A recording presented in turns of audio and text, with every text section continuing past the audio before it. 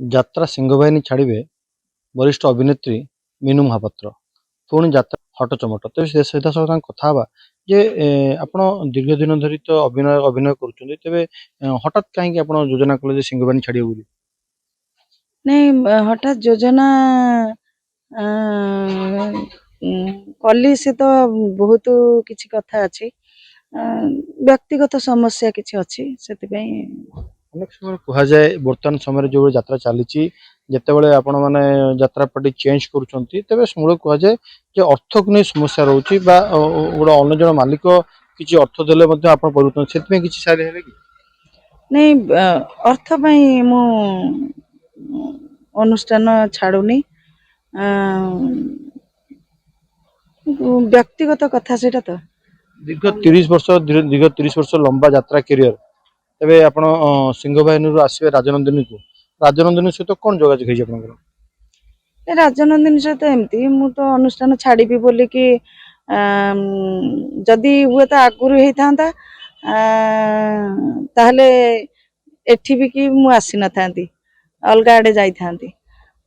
ତ ଏଇଟା ଗୋଟେ ଲାଷ୍ଟ ମୁମେଣ୍ଟରେ ଗୋଟେ ଏମିତି ପରିସ୍ଥିତି ହେଲା, ତ ସେଥିପାଇଁ ମୁଁ ଏଠିକି, ତାପରେ ୟାଙ୍କ ତରଫରୁ ଯୋଗାଯୋଗ ହେଲା ତ ଆସିଲି ଆଉ। ଏବେ ଜୁନ ମାସରୁ ତ ଆପଣଙ୍କର ଯୋଉ ଯାତ୍ରା ବର୍ଷର ନୂତନ ସିଜନ ଆରମ୍ଭ ହେଇଯିବ, ସେ ସିଜନରେ ଆପଣଙ୍କର ଯୋଗଦାନ କରିବେ। ତେବେ ଯୋଉ ଯୋଉ ଯାତ୍ରା ଗୁଡାକ ଆପଣ ସିଂହବାହିନୀରେ କରିଥିଲେ, ଲୋକମାନଙ୍କୁ ଆପଣଙ୍କ ଖଳନାୟିକାଟାକୁ ବେଶୀ ଭଲ ପାଆନ୍ତି ନା ଚରିତ୍ର ଅଭିନେତା ବେଶୀ ଭଲ ପାଆନ୍ତି? ନାଇଁ, ମୋର ବିଶେଷ କରି ମୋର ନେଗେଟିଭ କ୍ୟାରେକ୍ଟର ମାନେ ଅଡିଏନ୍ସ ମାନେ ବହୁତ ଭଲ ପାଆନ୍ତି ଦେଖିବା ପାଇଁ। ତେବେ ଆପଣ ଯେତେବେଳେ ଯାତ୍ରା ରାଜନନ୍ଦିନୀ ଆସିବେ, ଚରିତ୍ରରେ ରହିବେ ନା ସେଇ ନେଗେଟିଭ କ୍ୟାରେକ୍ଟର ରହିବେ? ନା, ନେଗେଟିଭରେ ରହିବା ପାଇଁ ତ ଚୁକ୍ତିବଦ୍ଧ ହେଇଛି। ଆଜ୍ଞା। କେବଳ ନେଗେଟିଭ ନୁହେଁ, ପଜିଟିଭ ବି କରେ। ଆଜ୍ଞା। ସେମିତି ହେଡଷ୍ଟ୍ରଙ୍ଗ ପଜିଟିଭ ହେଲେ ମୁଁ କରିବି। ତେବେ ଆମେ ଦେଖୁଛୁ ବର୍ତ୍ତମାନ ଯାତ୍ରା ସିଂହବାହିନୀରେ ଅନେକ ମଧ୍ୟ ଅଭିନେତା ଅଛନ୍ତି, ଅଭିନେତ୍ରୀ ଅଛନ୍ତି, ସମସ୍ତେ କୋଉଠି ନା କୋଉଠି କିଛି ନା କିଛି ବିବାଦରେ ରହୁଛନ୍ତି। ତେବେ ମିନୁ ମହାପାତ୍ର ଆମେ ଦୀର୍ଘ ଦିନ ଧରି ବିବାଦରେ ନାହାନ୍ତି, କିନ୍ତୁ ହଠାତ୍ ଯେତେବେଳେ ପରିବର୍ତ୍ତନ କରୁଛନ୍ତି ମନରେ କିଛି ରହୁଛି, କାରଣ ଏତେ ବଡ ଯାତ୍ରା ପାର୍ଟି ଛାଡିବେ, ଆପଣଙ୍କର ଯାତ୍ରା ରାଜନନ୍ଦିନୀକୁ ଆସିବେ, ମନରେ କିଛି ଭାବନା ରହୁଛି କି? ବହୁତ କିଛି ଭାବନା ଅଛି, କହିହବନି। ବହୁତ କିଛି ଭାବନା ଅଛି, ବହୁତ କିଛି କଥା ବେଳେ ବେଳେ ମାନେ ପାଟି ପାଖକୁ ଆସିକି ପୁଣି ପେଟ ଭିତରକୁ ଫେରିଯାଏ। ସେମିତି କିଛି ବହୁତ କଥା ଅଛି ଯୋଉଗୁଡାକ କହିଲେ ଅସୁବିଧା ହେବ, ସେଥିପାଇଁ। ତେବେ ଆମେ ଗୋଟେ କହିବା, ତେବେ ରାଜନନ୍ଦିନୀର ତ ଜୁନ ମାସର ସେସନ ଆରମ୍ଭ ହବ, ଯାତ୍ରା ଆଖଡା ହବ, ଆପଣ ମାଲିକଙ୍କ ସହିତ କଥାବାର୍ତ୍ତା କରିଛନ୍ତି, ଯେ ସ୍ମୃତି ରଞ୍ଜନ ପୋଲ ସହ କଥାବାର୍ତ୍ତା କରିଛନ୍ତି ଯେ ମୁଁ ପର୍ଟିକୁଲାର ଏଇ କ୍ୟାରେକ୍ଟର ହିଁ କରିବି? ନା, ମୁଁ ସେମିତି କଥା ହେଇଛି, ଆଉ ଚୁକ୍ତିବଦ୍ଧ ସିଏ ଜାଣୁଛନ୍ତି। ତାପରେ ଯୋଉ ବି ରାଇଟର ଡିରେକ୍ଟର ଯୋଉମାନେ ବି ଆସିବେ, ଆଉ ସେମାନେ ଅଭିଜ୍ଞତା ସମ୍ପନ୍ନ ରାଇଟର ଡିରେକ୍ଟର, ସେମାନେ ଛୋଟିଆ ଲୋକ ନୁହନ୍ତି। ଆଉ ସେମାନେ ଆମ ସହିତ ଓତପ୍ରୋତ ଭାବରେ ଜଡିତ, ଆମେ ବି ସେମାନଙ୍କ ସହିତ ଓତପ୍ରୋତ ଭାବରେ ଜଡିତ। ଆଉ ସେ କାହାକୁ କେମିତି କ୍ୟାରେକ୍ଟର ଦେଲେ ତାଙ୍କୁ ଠିକ ଲାଗିବ, ସେ ନିଶ୍ଚୟ ସେ ବିଚାର କରିବେ, ଆଉ ସେମିତି ହିଁ ଚରିତ୍ର ତିଆରି କରିକି ଆଣିବେ। ଆଉ ମୋର ଆଶା ବିଶ୍ୱାସ ଅଛି, ଆଉ ସମସ୍ତଙ୍କ ପ୍ରତି ତ ମୋର ବହୁତ ରାଇଟର ଡିରେକ୍ଟର ସମସ୍ତଙ୍କ ପ୍ରତି ମୋର ସମ୍ମାନ ଅଛି। ଅନେକ ସମୟ ଦେଖାଯାଏ ପର୍ଟିକୁଲାର ଗୋଟିଏ ବହି ଉପରେ ବା ଗୋଟିଏ ବିଷୟବସ୍ତୁ ଉପରେ ରାଇଟର ମାନେ ଲେଖିଥାନ୍ତି, ତ ମିନୁଙ୍କ ପାଇଁ ସ୍ୱତନ୍ତ୍ର କିଛି ବ୍ୟବସ୍ଥା କରାଯାଉଛି କି ଯାତ୍ରା ରାଜନନ୍ଦିନୀରେ? ନାଇଁ, ସେମିତି କିଛି ତ କରାଯାଏ। ରାଇଟର ଡିରେକ୍ଟର ମାନେ ମୋ କଥା ଟିକେ ଚିନ୍ତା କରନ୍ତି, ମୁଁ କାହିଁକି ମନା କରିବି, ବେଇମାନ ହବାଟା ଠିକ ହବନି। ସେମାନଙ୍କ କଲମ ମୁନରେ ଆମ ମାନଙ୍କର ସବୁ କିଛି ନିର୍ଭର କରେ, ତ ସେମାନେ ମୋ ପାଇଁ ଚିନ୍ତା କରନ୍ତି, ନ କରନ୍ତି ବୋଲି ମୁଁ କହିବିନି କେବେ।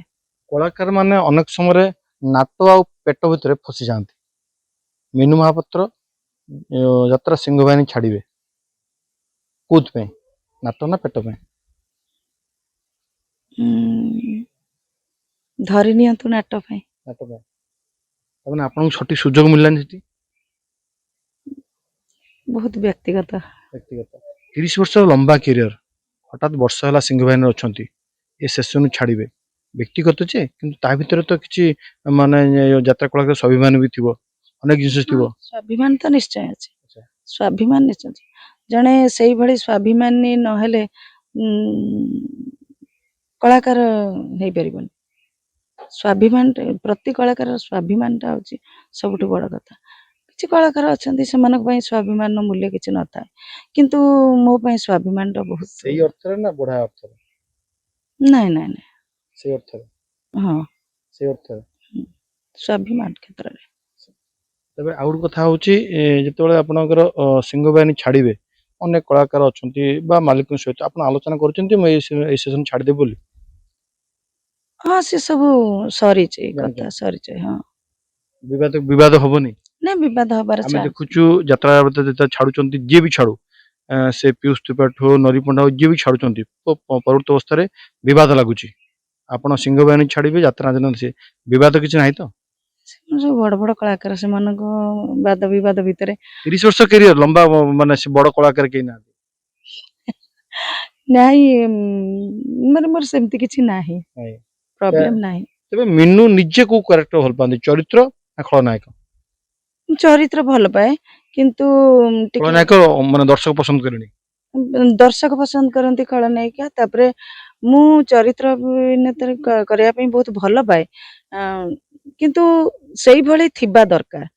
ମାନେ ବର୍ତ୍ତମାନ ସୋସାଇଟିରେ ଯାହା କିଛି ହେଲାଣି, ବର୍ତ୍ତମାନ ଆଇନ କାନୁନର ବ୍ୟବସ୍ଥା ଯାହା ହେଲାଣି, ବାପ ମା ନ ଚାହିଁଲେ ପୁଅ ବୋହୂ ବି ଘରେ ରହିପାରିବେ ନାହିଁ। ତେଣୁକରି ଯୋଉ ବାପ ମା ଚରିତ୍ର ବି ଯାହା ମୁଁ କହିବା କଥା, ତାଙ୍କୁ ସେଇଭଳି ସେଇଟାକୁ ଉପସ୍ଥାପନା କଲେ ଭଲ ଲାଗିବ, ଆଉ ମତେ ବି ଭଲ ଲାଗିବ କରିବା ପାଇଁ। ତେବେ ଆଗାମୀ ଯାତ୍ରା ସିଜନ ଜୁନ ମାସରୁ ଆରମ୍ଭ ହେଉଥିଲା ବେଳେ ମିନୁ ମହାପାତ୍ରଙ୍କୁ ନୂଆ ସିଜନରେ ନୂଆ ଯାତ୍ରା ପଟେ ଦେଖିବାକୁ ମିଳିବ, ସେ ନେଇ ମଧ୍ୟ ସେ ବହୁତ ଆଶାବାଦୀ ଅଛନ୍ତି। ଯାତ୍ରା ମାଲିକଙ୍କ ସହିତ ଏ ନେଇ ମଧ୍ୟ ସେ ଆଲୋଚନା କରିଛନ୍ତି, କୋଉ ଅଭିନୟ ମାନେ ଚରିତ୍ର କରିବେ କି ଖଳନାୟକ, ତା ଭିତରେ ଆଲୋଚନା ସରିଛି।